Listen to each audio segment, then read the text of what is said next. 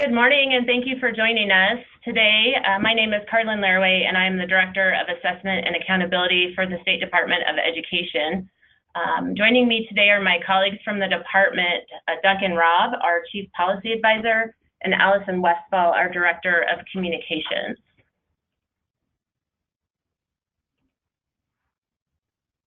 Before we get started, a few housekeeping things to orientate all of you to today's call. We have over 100 people registered, and about 55 have already joined, and that number continues to increase as people connect.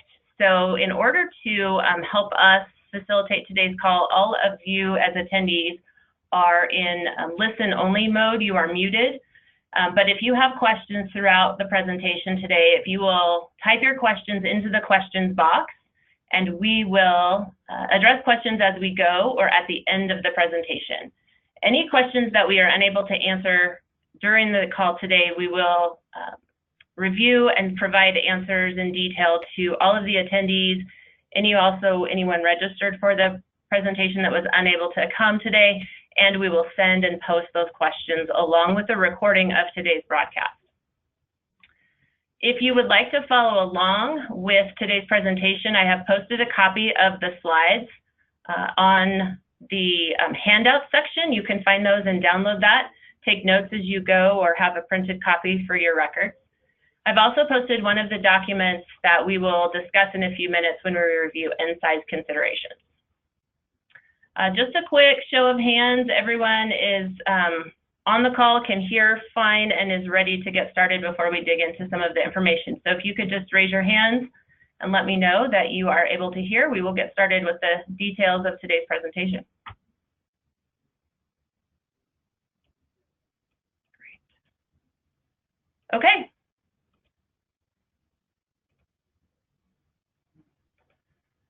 All right, let's get into the details of our information. As many of you have seen before, ESSA requires that the state determine the number of students necessary to be included to carry out our accountability calculations for any provision under Title I. And that information also is required to be disaggregated by subgroups for students for accountability purposes.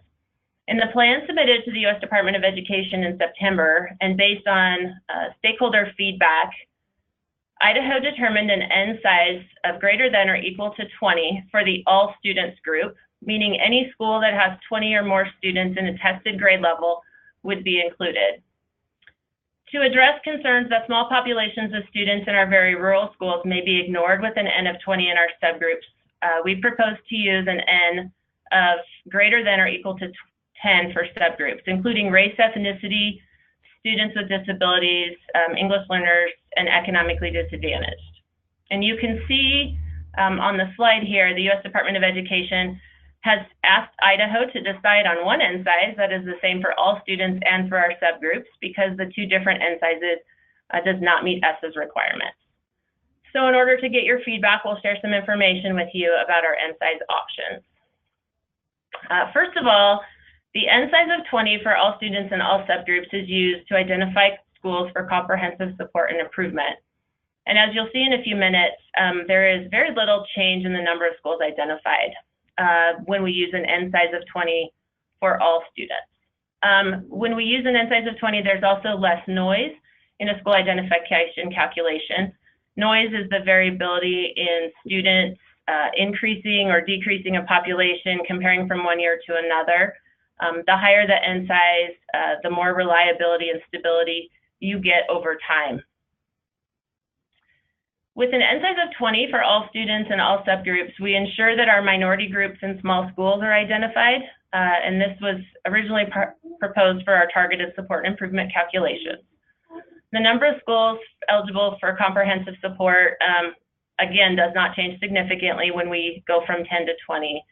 But there is definitely more consideration or more noise and variability in a school identification calculation. And I'm going to stop here for just a second because it looks like we have a couple questions before we go too far. Norm has asked if we can expand the slide on the screen. Norm, give me just a second and let me see if I can flip these two screens here.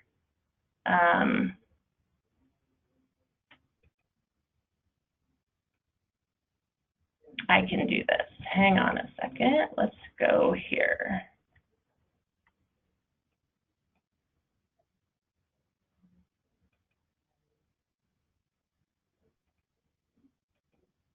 There we go. Norm, is that a little better?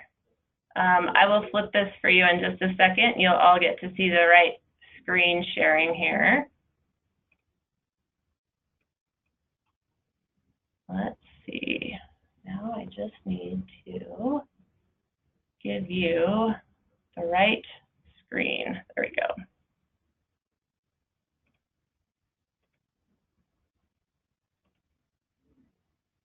Okay, I'm thinking that might be improved. If you'll let me know quickly, if that's a better view for all of you.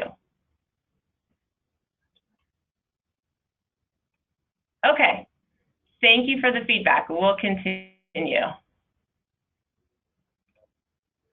Okay, we also had a consideration, or as you'll see in a minute, a proposal to include an N size of 15 for all students and all subgroups. This is proposed really as a compromise between a N size of 10 or N size of 20. The number of schools eligible for comprehensive support and improvement, again, is not a significant change, but there are additional schools that we do get picked up in targeted support and improvement. And finally, we will show you an option that Oregon is using where they have an N size of 20 for all students with a historically underserved race ethnicity subgroup. And that group includes specifically just race ethnicity categories of Black, African American, Hispanic, Latino, American Indian, Alaska Native, and the Native Hawaiian Pacific Islander students.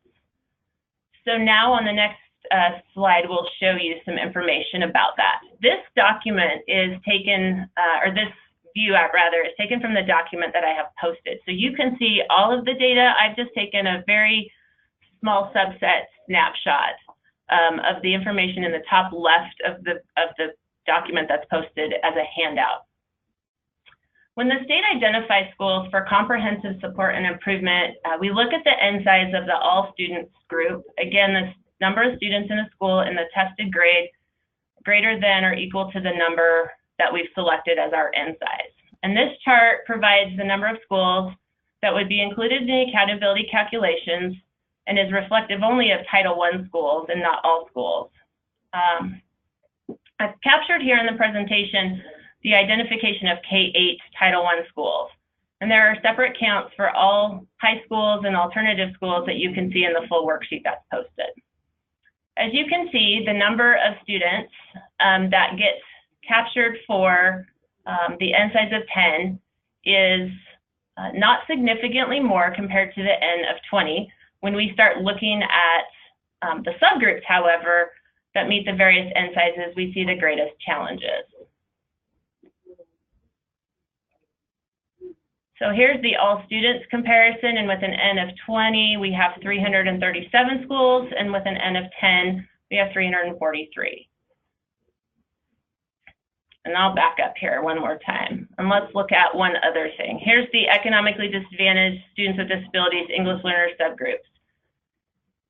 When we start looking at the number of schools with subgroups that meet the various N sizes, we see the greatest changes. For example, you can see that 162 Title I schools have 10 or more English learners, compared to 114 Title I schools that have 20 or more English learners. Keep in mind, again, that subgroups are only used when we are identifying schools for targeted support and improvement, which identify achievement gaps in students in the subgroup compared to their non-subgroup peers. And I'll stop here and see if there are any questions that people have before we move on. So how many total Title I schools are there? Jody, I believe there are 358 Title I schools as an approximate number.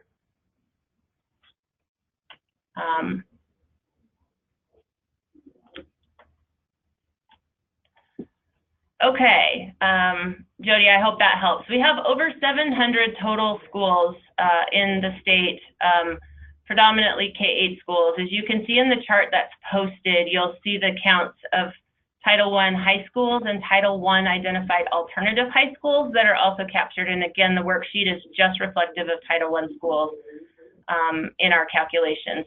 But our accountability framework and our accountability calculations apply to all schools. This was just to demonstrate how this would work with various N sizes. All right. For information purposes, we've provided this to all of you for consideration. At the end of the survey today, we will send to you in an email a survey that we will ask you to weigh in with your feedback, specifically on the N size and also on our accountability calculation, as we'll get to in a minute. So if you need to refer back to the chart, or if you have questions that you'd like more information on before you complete that survey, you can let us know and we'll be happy to answer any of those. All right, moving on from N size, we are going to talk now about the indicators used to identify comprehensive support and improvement schools. The Every Student Succeeds Act requires the state education agencies use our accountability system to identify the lowest performing 5% of schools to receive Title I Part A funds for comprehensive support and improvement. Idaho's goal in updating our accountability system was to allocate those limited resources to identify schools that are most in need of support, and those that were both low achieving and not improving. Stakeholders also indicated they wanted the state to take advantage of simplicity and transparency in the measures and calculation approach so that all of you could replicate the same calculations and identification that the state may have. The accountability framework adopted by the board and approved by the legislature separates schools into 3 categories: K-8 schools, high schools, and alternative high schools. And that's an important distinction, as we'll be identifying the bottom 5% in each of those areas. You can see on the screen the indicators that are required in ESSA at the top of the table, including the academic achievement, the other academic indicator used in elementary and middle schools, any school that's not a high school. Graduation rate is used as an indicator in high schools only. English language proficiency of English learners, and the school quality and student success indicator, referred to as the 5th indicator or the non-academic indicator. You can see in the second row of our table, Idaho submitted in our plan in September the higher of percentile rank of achievement or growth for English language arts and math, and defined growth as a change in proficiency from 2018 when compared to 2016, and replicating that every time we do the identification cycle. We also indicated using the percentile ranks of grad rate or growth and the percentage of students making expected progress on English language proficiency, and our school quality and student success indicators. The feedback from the U.S. Department of Education is very detailed in the letter that we received, but presented here in some brevity for some context. So simply put, the state cannot have either or in our calculation. We must include both the academic indicator and other academic indicator in our K-8 schools. And the U.S. Department of Education also pointed out that in our proposed plan, we used a different growth calculation than is found in the state's accountability framework. And we'll talk a little bit more about that in a few minutes. For graduation rate, the feedback indicated to us that we must use the actual 4-year adjusted cohort graduation rate, and that we cannot use an improvement structure as we proposed to do. And we were asked to clarify in our English language proficiency indicator that it is really, in fact, a percentage of students making progress towards EL proficiency, and not the number or percent of students that are proficient. And finally, in our school quality and student success indicator for K-8 schools, the U.S. Department of Education asked us to provide additional information in our student survey, including reliability, validity, and how we would calculate that in our accountability system. Luke Schroeder has asked, what are the other options for the fifth indicator instead of the survey? And that, Luke, we would refer to the state's accountability framework, which was approved by the board and the legislature. And for K-8 schools, it was limited to the other academic indicators, specifically were the number of students in 8th grade or percent of students in 8th grade enrolled in pre-algebra or higher, which really limited the applicability of that across all K-8 schools and would have predominantly made that specifically to middle schools, and thereby requiring the state to do some association of students in a particular middle school and tying them back to their elementary schools for accountability purposes. So while we will report that for every middle school in the state, it's not used as our accountability indicator for our school identification system. Karen Glassman has asked, how will K-12 schools be calculated? Will K-8 and 9 through 12 be broken out?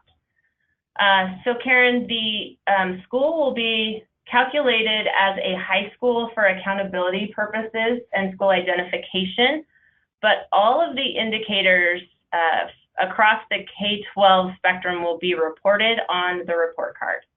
But we will use the high school methodology that you'll see as our school identification calculation. And Eric has asked, what about alternative middle schools?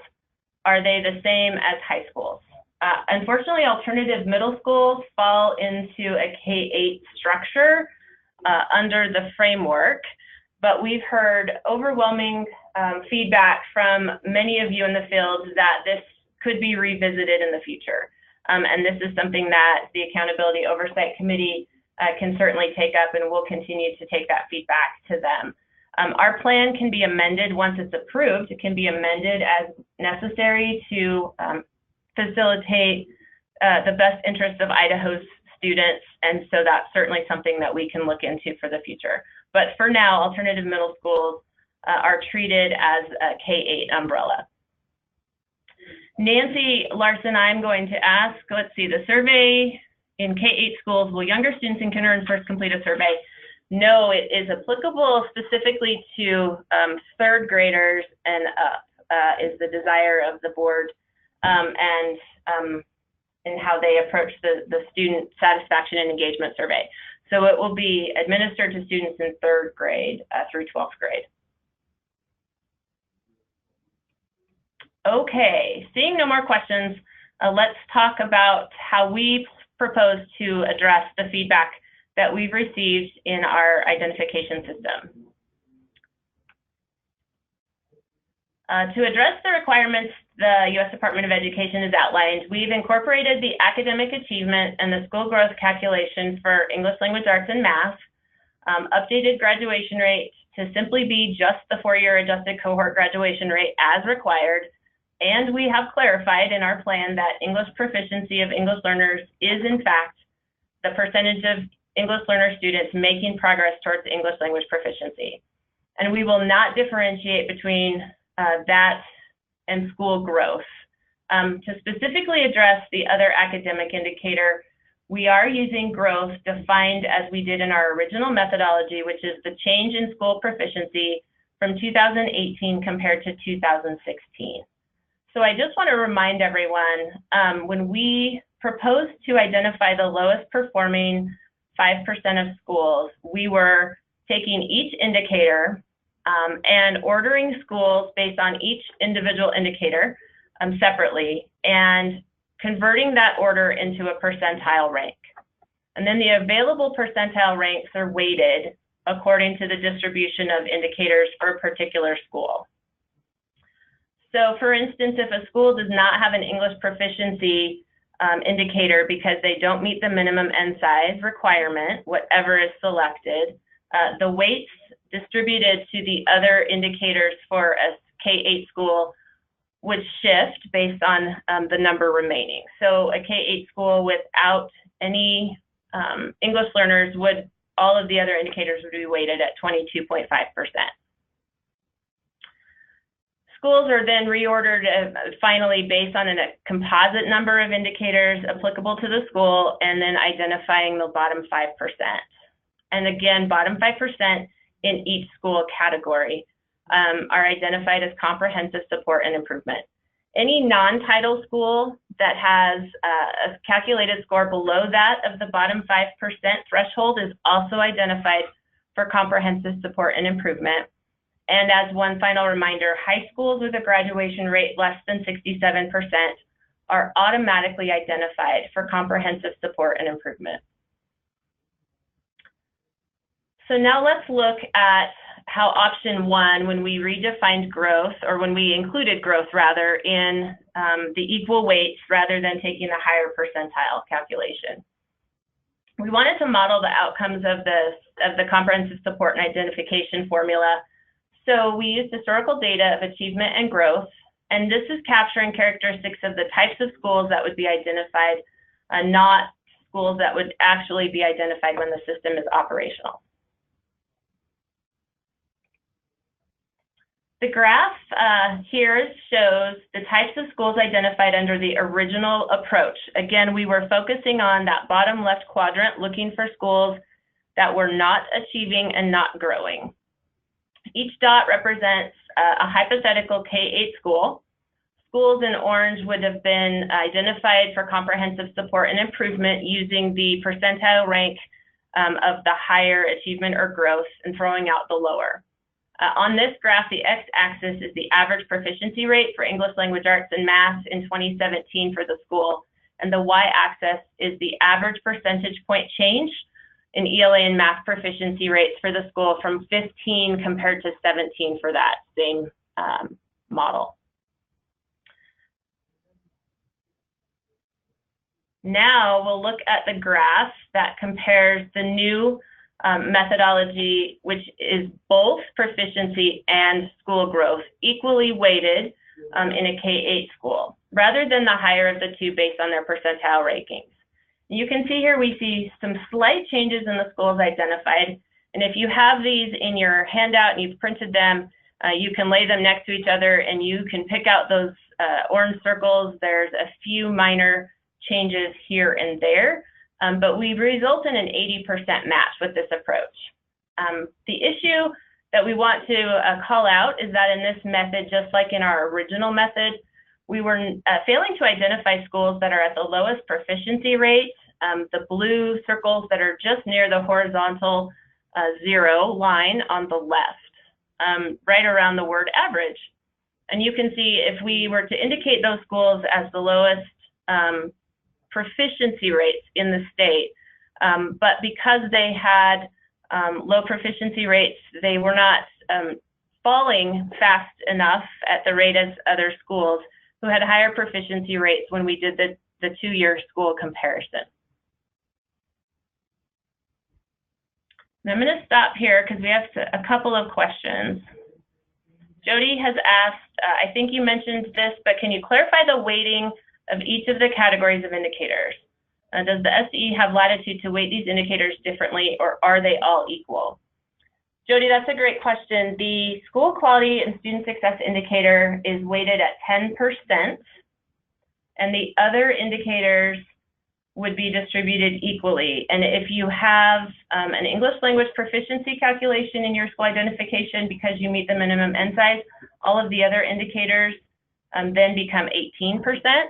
And if you do not, then as I mentioned, the other indicators become 22.5. So the school quality student success indicator is always set at 10, and the others will vary whether or not you have an English language population. And I'm happy to provide that in detail if anyone needs that. We can certainly send that in a chart or graph. And it can also be found in our plan in one of the tables when we post our revised plan when it's sent to the board. I have a question from Nicole Elliott about the alternative schools that do not fall under the umbrella of their district's regular high school with regard to grad rate of 67%. These schools allow the students to attend until age 21 and of course are at risk for students. So they do not graduate with their cohort rate. Okay. I think, Nicole, I want to make sure I understand when you talk about the umbrella of your district's regular high school. Alternative schools are still responsible or held accountable, rather, to the 4-year adjusted cohort graduation rate. But the state in its accountability framework has also identified a 5-year cohort graduation rate that will be calculated and reported. And at any point, we determine that that is a better measure for our alternative schools, which we hear oftentimes is the case.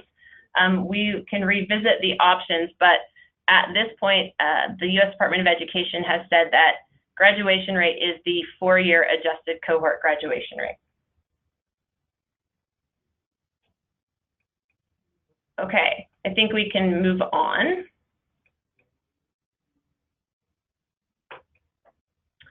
Since we're modifying the proposed comprehensive support and improvement formula, we really took the opportunity to explore other changes to the other academic indicator that might be utilized.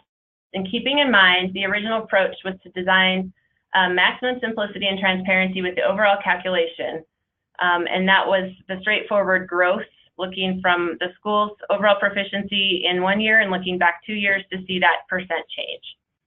But like all measures, proficiency rates and a change in proficiency rate has some limitations. So as we look at the formula based on the U.S. Department of Education's feedback, and as they pointed out to us using a growth calculation that is also in our accountability framework, we took a look at the student growth calculation, or proficiency, growth towards proficiency, that is outlined in the state's accountability framework.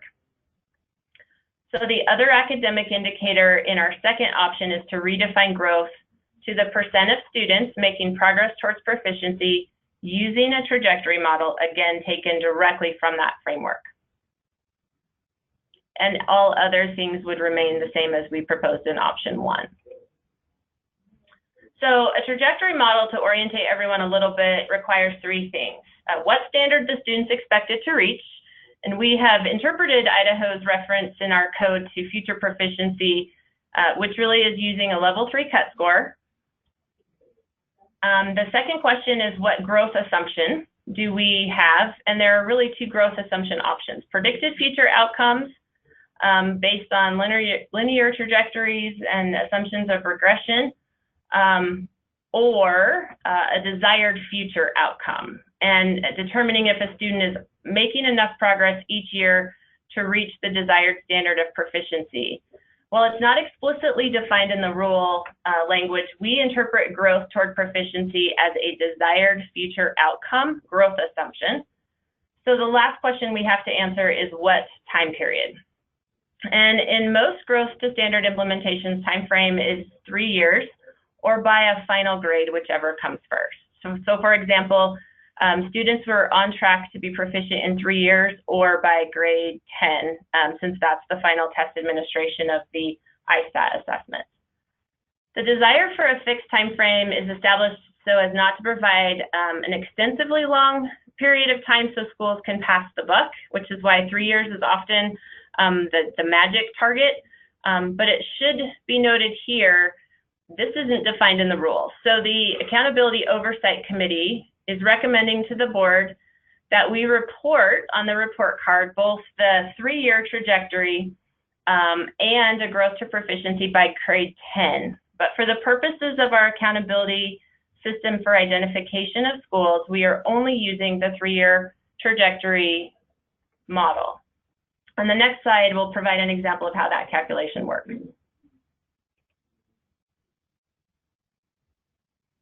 And Chuck has asked if the trajectory model comes from the Colorado model that was the former STAR ratings were partially based on. Chuck, my experience with the STAR rating system was we incorporated student growth percentiles and or an SGP calculation and also an AGP calculation. And this is really a standard growth toward proficiency, so it would be an annual improvement expectation. And if we walk through this next series, this trajectory model example, I think you'll explain it's fairly straightforward and simple and easy for schools to calculate themselves, which I believe the previous growth models, student growth models, were more complex.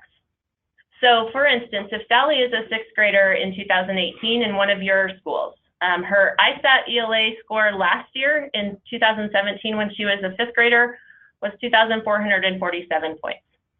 To be proficient in 3 years, which would put Sally in the 8th grade, she needs to score 2,567 points, I believe. And so she would need to increase her English language arts score by 120 points to be proficient in 3 years. You can see that straightforward calculation. Then dividing the 3-year target of 120 by 3, we can see Sally's annual scale score growth target is 40 points. So in order for Sally to be on track to be proficient in 2018, she would need to score 2,487 points on her ISAT English Language Arts assessment. And now we will pause because Dale Lane has asked, how would growth work for a K-3 school? Dale, thank you. Growth for a K-3 school would actually work a couple of ways, and this is determined in state rule and not necessarily as clear. We know that for K-2 schools, accountability is calculated based on the students that were enrolled in your school, and we follow them into 3rd grade and pull their scores back to associate to their previously enrolled school when in fact they were in kindergarten, 1st or 2nd grade. The growth calculation could be applied to the same thing. You won't have an actual growth calculation in a K-3 school because your 3rd graders have a baseline, but we can use the 4th graders' scores as an indication of growth and apply that to the previous school, although that is not explicit in state rule at this time, so is not currently a plan. How does the growth model account for mobility? Districts with high mobility struggle with results in which they had very little role in the child's education up to that point.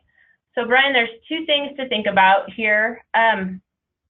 Accountability calculations require students to be continuously enrolled or for the full academic year. And that is very clearly defined as a student who is enrolled in the first 56 days of the school year. So a student who is not enrolled in the first 56 days of your school year is excluded in the accountability calculations. They will be reported for student achievement, but not counted in the school identification system. Let's see, we have a couple more questions. No, I think that's it.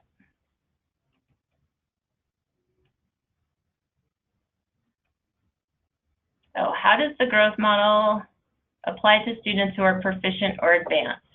That's coming from Scott Wolstenhume. Scott, the trajectory currently addresses only the growth toward proficiency and does not reflect any expectation of continuation of advanced status. However, that is something the Accountability Oversight Committee has discussed at length in recent months, or recent meetings rather, and could be an opportunity to provide targets or additional ranges for students who are already proficient or advanced and provide a trajectory for those students. At the current time and in the current methodology of a growth trajectory using 3 years, the expectation is students who are proficient maintain proficiency, but remember that it is a vertical scale in our ISAT test. So each year students still need to make some improvements in order to remain proficient, specifically over a 3-year period. Chuck has asked for option 2, do you calculate the average scale score across grade levels in that school to determine whether the school meets the indicator? We are not using scale scores, Chuck. For achievement, we use the percent of students proficient or advanced. And for the other academic indicator in option 2, which is student growth, we will use the number of students that are considered on track to be proficient within the 3-year time frame. And I hope that answers your question. I believe it does. Okay, just a real quick view of Sally's trajectory that if we graphically represented that. So again, in 2017, as a 5th grader, this would be her expected growth. And recognize here that the student growth calculation captures around proficiency. It provides more of an indexing system that moves students perhaps from below basic to basic or from basic to proficient over time, but doesn't specifically address or require students to make proficiency in a single year. Nick has asked, in 2017, average statewide scores dropped from 2016. How would this affect trajectory targets?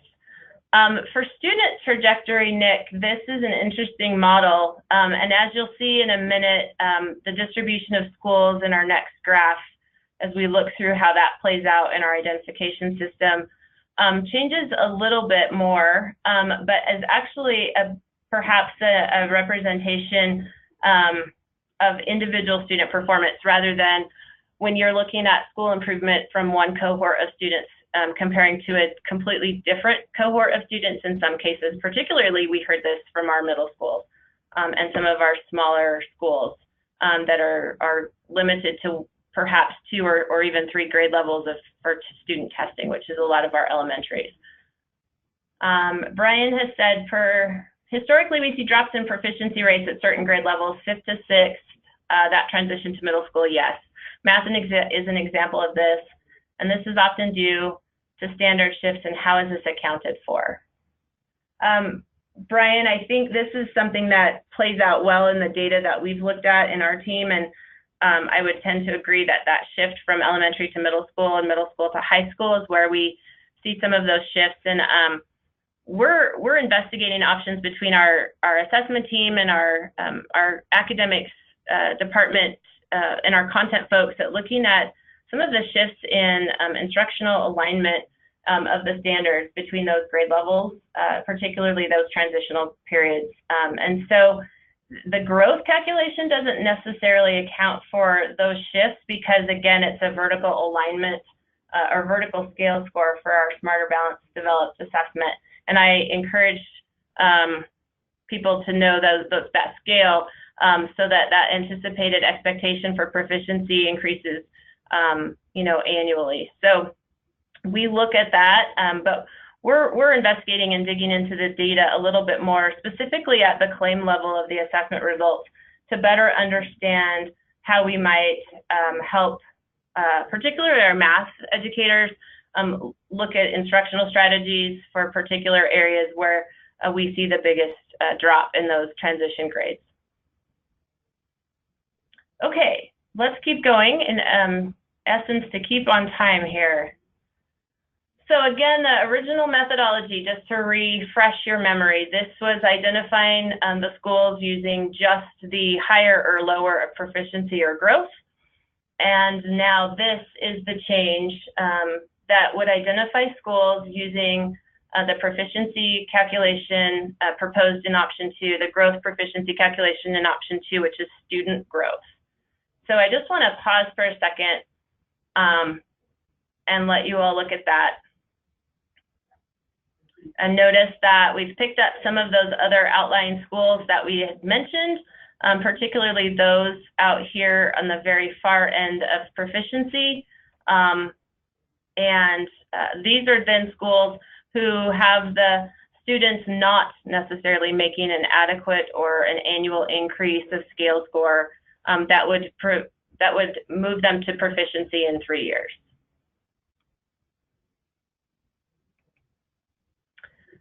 This match with the original approach is still around half of the same types of schools identified between the two calculations.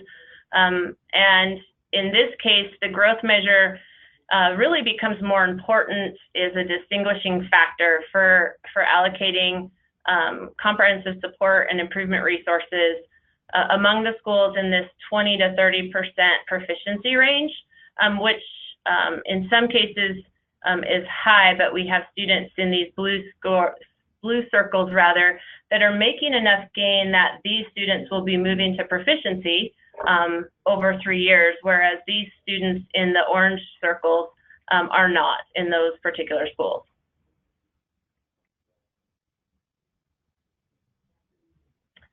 So Brian asked a follow-up question to his previous question about the rates at certain grade levels dropping, particularly in that transition to middle school as an example, and he mentions the school targeting bubble kids and leaving the lowest performing students with less or behind.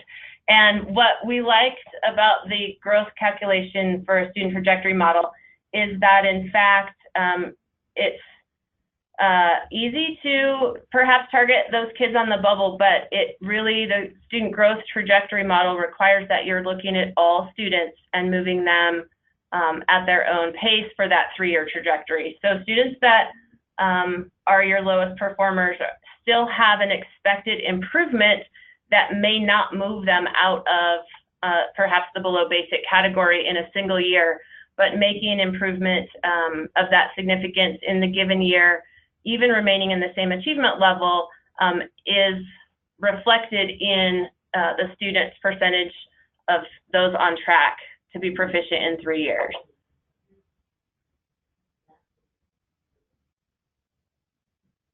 Okay, so here are just some notes to consider when we review the 2 options we proposed. And again, we're going to ask you for your feedback or initial thoughts, concerns, or questions, and we'll send out a survey. You'll be asked to really identify between 2 options: the school growth or improvement model, or using the student growth toward proficiency with a 3-year trajectory.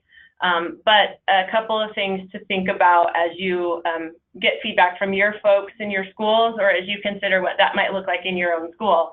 The school improvement calculation is obviously very simple and easy to calculate and to explain. You simply look at your proficiency in a given year and look back 2 years and make a comparison. The school improvement calculation is very highly correlated to overall proficiency or achievement in your school.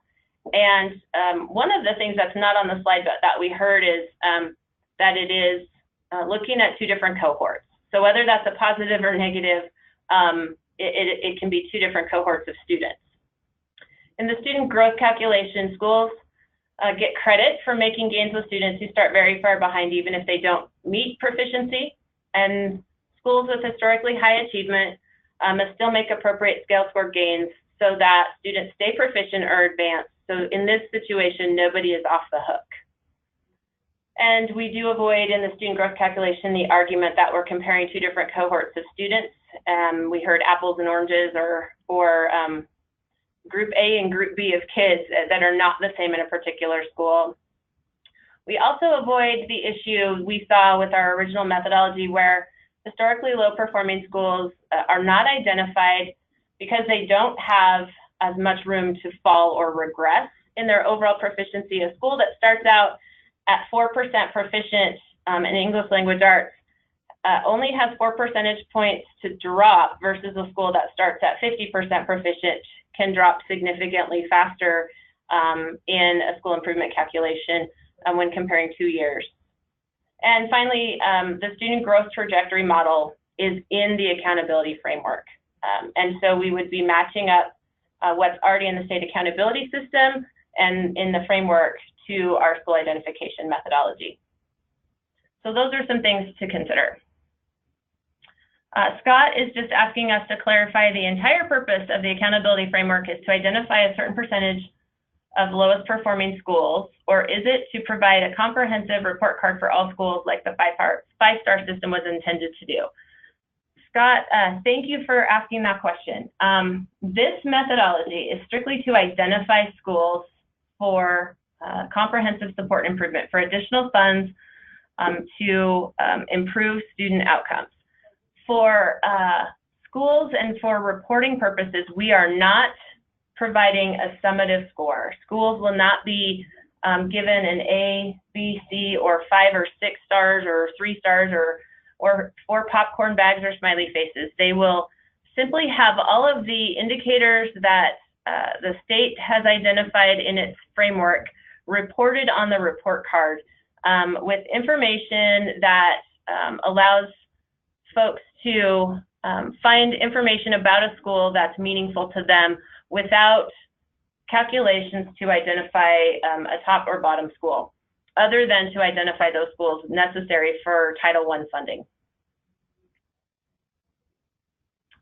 And Becky has asked, in what forum or avenue will you be asking for districts to give you feedback on their preference on the school growth or student growth models? Becky, there will be a survey sent to all of you as soon as this webinar concludes. You should have it in your email that you registered with, and you are free to share that with others.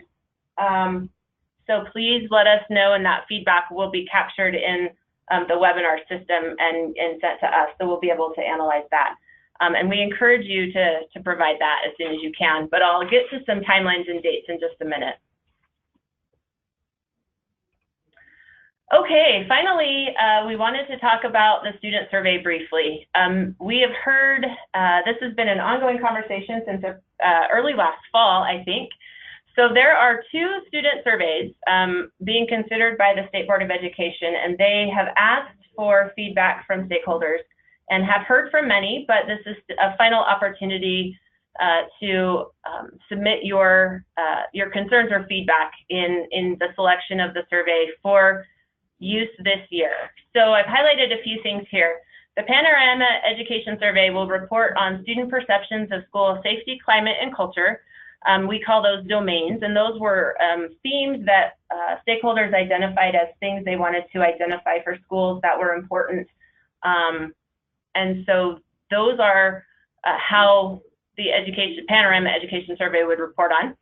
In school identification, the calculation would be based on questions across all domains and the total point system using the Likert scale. Now, we understand each question in the Panorama Education Survey has different Likert scales. They're not all 5 points or 4 points, but given that they are on a Likert scale, we can add up points across all of the questions and summarize a total and use that in our school identification system. The Panorama Education Survey would be delivered through the ISAT test delivery system, which streamlines some of the process and is less burdensome for districts. But I will say there would be no score or feedback data available to schools or districts in the online reporting system because we would just be capturing the students' responses and summarizing that into a score for the report card in those areas and domains. And so we would report the percentage of students who felt the school was safe, who had a positive culture and positive climate based on the Likert scale scores. In the Advanced Ed survey, this would report on student engagement, and their domains are called committed, compliant, and disengaged. In the school identification calculations, we will work with, but really rely heavily on Advanced Ed to calculate percentages of students that are compliant or committed for the purposes of factoring into the school identification system. And this will require Advanced Ed to develop and distribute custom links to grade span surveys for each district. And then at your district level, you will disseminate those to your schools, and students will access the survey with the link that's provided to you. The positive here is that schools and districts would have access to data in the Advanced Ed platform as soon as student surveys are submitted. So you would have some real-time data back and available to you. Of course, Advanced Ed is committed to providing training in this tool in this online system. And so we'll be, once a final decision is made on which survey, we'll follow up with more information. But again, your feedback on this is still warranted and accepted. So we encourage you to send that also in, and that is a survey question. I will be honest, the surveys are very straightforward. It is pick your preference, but we certainly would welcome any feedback or comments that you have, and we would encourage you to send them to Allison or Duncan or to myself at the department, and we'll compile those and send those on. Okay, finally, last but not least, our next steps and timeline. You have the opportunity to provide your input on the N-size and growth measure used in school identification as soon as possible, but no later than Monday, January 22nd.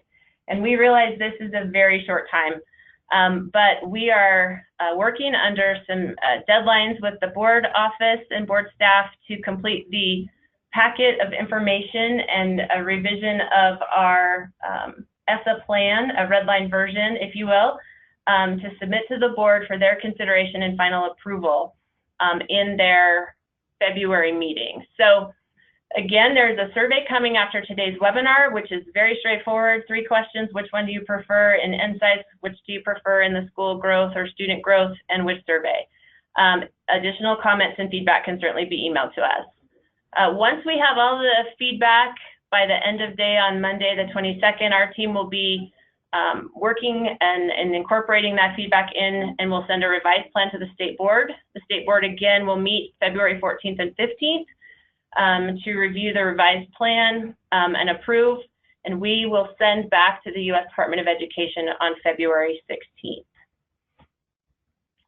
Okay, a lot covered, a lot of information. Let's go back to some questions because I see a couple more in the box here. So let's start with, if a school does not receive Title I funds, could it still be identified for support? Scott, the answer to that is yes. Title I schools will be used to identify the bottom 5%, but any non-title school that falls in the same range of calculation scores for title schools would be identified as well, and would be have some support available from the state, although not entitled to the federal funds, support from the state in our state technical assistance team and process. Marcia has asked how many questions on each survey and about how long will each take. Okay, Panorama survey is 14 to 19 questions depending on the grade level. The lower grade levels have the fewest, high school students have the most, and that's 9 through 12 high school. The Advanced Ed survey, I believe, is 20 questions across all grade levels, and their grade spans cover 3 through 5, 6 through 8, and 9 through 12. How long they take, Marcia? Of course you'll ask me because I don't know the answer to that. I would say, I wish I could say, I don't know. I think high school students, middle school students, and probably our intermediate grade levels, you know, can finish the survey in 15 to 20 minutes, but perhaps a little longer. Some of our younger kids, 3rd graders, could be a little bit longer, but again, I don't know, and I have not had any indication of sort of times that have been given to us by either Advanced Ed or Panorama. The Advanced Ed survey, again, is online, so is the Panorama survey. The Panorama survey is would be loaded into the test administration system and could be tagged for text-to-speech for students with disabilities and also translated into Spanish for our English learners. The Panorama survey, unfortunately, does not have any of those supports. Every school, oh, I'm sorry, let's back up. Kelly Eddington has asked, would the Advanced Ed survey count in accreditation years as the required student survey? And Kelly, the answer to that, I believe, is yes. Every school will be required, even if we already have a comprehensive survey already in place. Karen, this is a really great question and something we should definitely clarify. The purpose of a statewide survey is it is the same survey and can be reported for all schools the same. And so ESSA requires that any indicator we use be applicable to all schools. So every school would have to have the same survey in order for us to use that in our school identification and in our accountability framework. And the next question comes from Gwen. Gwen Holmes has said, we were told at the Region 4 meeting that Advanced Ed would customize some of the questions for younger students. How would we meet the reliability and validity requirements? And those questions are modified but not field tested to acquire the data to determine reliability and validity. Gwen, I have not, in any conversation I've had with advanced ed, had any conversations about customization for younger grades. And that has not come up in any of the conversations we've had over the last several weeks about a deployment of that. So I'm sorry I can't speak to that specifically that was shared at Region 4, but we can circle back and perhaps find out where that conversation arose. But in all of the meetings I've had with advanced ed, that has not been discussed as a plan or option at this point in time for this year specifically. Nancy has asked, what is the timeline for final choice of the survey we will administer? School-wise, time is getting short. I could not agree with you more, Nancy, and if it were up to me, we would have decided yesterday, but the state board must approve the survey, and they're waiting for feedback to be compiled, and they will, it is my understanding the intent is to have a special board meeting after all of the survey feedback is compiled and any other feedback on the survey has been recorded and reported, and the board will make a final decision. And my hope is, and I'm fingers crossed that that will happen within the next 10 days so that we are able to provide you all information about logistics. Certainly that is something we're very mindful of, and we want to mitigate the burden to districts and schools as much as possible, particularly because we know the survey may be overlapping with your test administration windows, and we know that your technology resources are maxed out, and we want to be a partner in how we help you fulfill your expectations and responsibilities in completing the survey and the assessment at the same time. Norm has given us a consideration for surveys education effectiveness. So Norm will pass that into our feedback. Brian Lee has said, advanced ed takes about 20 minutes for middle school kids. Thank you, Brian, I appreciate that. Hopefully that can kind of be sort of an average gauge for folks to use. Dale has asked, can you send us a sample of what the report surveys would look like? Dale, I believe I can from advanced ed. Unfortunately, for Panorama, you're going to be relying on my team and the assessment and accountability department to generate reports and provide those after the fact. Again, that would be one of the disadvantages, I believe, for the Panorama survey. So, but for advanced ed, we can certainly provide you some of the report options or what those look like. Jody has asked, has there been any consideration about how the results from the survey will be reported or published? Jody, I can back up one slide, I think. Let's see if I can do that. Yes. Panorama would be reporting on perceptions of school safety, climate, and culture. So we could, in the report card, provide percentages of students who feel the school is safe, who feel that a school has a positive climate and positive culture, but in school identification, you know, using a point system to, again, identify a overall score in all three of those areas to use in our school identification model.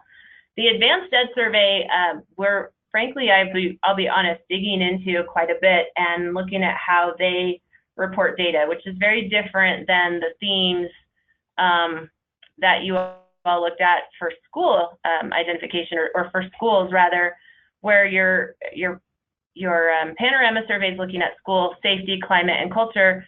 The advanced ed survey is really student engagement and those student levels of engagement as committed, compliant, or disengaged. And I think we have all identified kids that we feel fit into any one of those categories, or all of us at some point in time have fit into one or more of those, probably in our own educational time.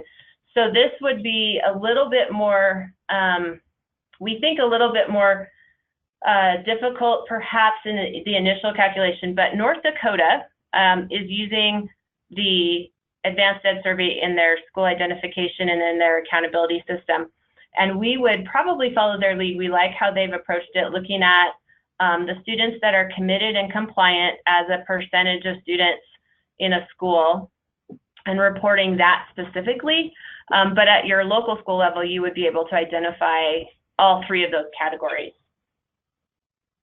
And I know that's a really simple explanation. It would probably take me another hour and about 20 slides to go through the very fine-tuned details and how we would apply a calculation, but we will have both calculations for the panorama survey and the advanced ed survey. Depending on which one the board approves, we will be ready to share all of that with the field once that decision is made. Will the panorama survey immediately follow an ISAT, or could it be given at different times? And that comes from Sherilyn there. Sherilyn, that's a great question. It's up to the local school district. You can tack it on to the end of an assessment if you choose to, or you could set up a separate test session for the survey at your own discretion.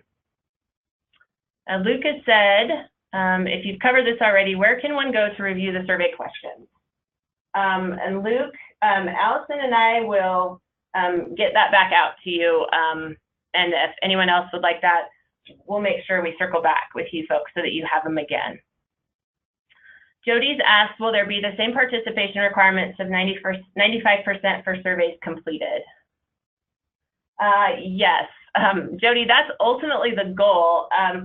I do know from looking at a few other plans where states are using surveys, their percentage of participation in surveys is at 90%. And so I think it's really up to the state to say what we feel is a reasonable expectation for student survey responses. And I think we could, there's no requirement at the federal level of a participation rate other than the results are reflective of the school population and not excluding any student in a particular subgroup. So you would want to make sure that if we lowered that threshold of 95%, that a particular group of students was not entirely excluded, because we will report survey results disaggregated by subgroups.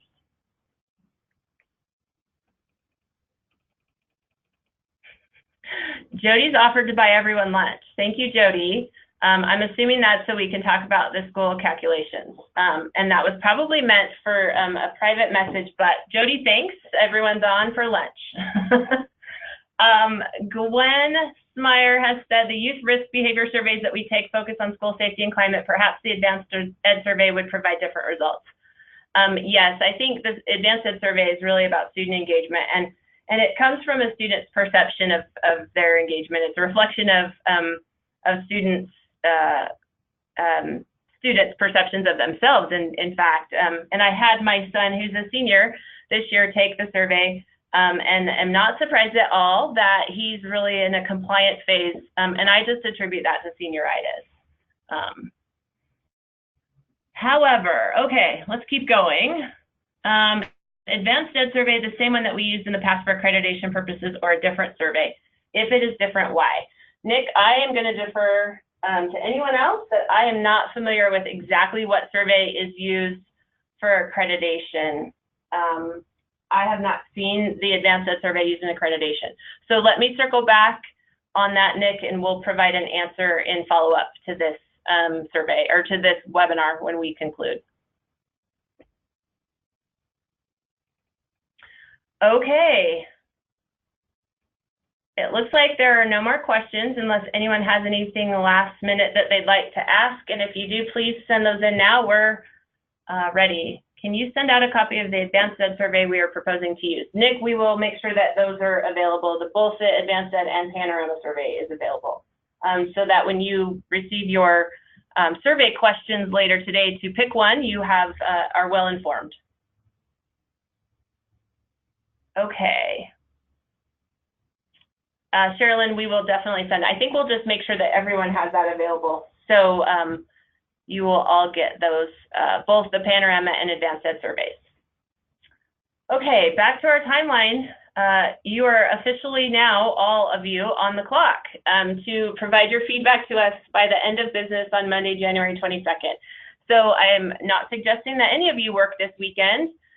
or even think about any of this over the weekend, because I can tell you the rest of us here will be taking the weekend and not thinking about it, but we still want your feedback. So make sure we get it by close of business on Monday so we can incorporate that into our final report and our red line version of the plan to the board. And we really, really appreciate you hanging in there with us a little past 12. And now I will send you all off to lunch with Jody. Thank you all for joining us. Have a wonderful afternoon.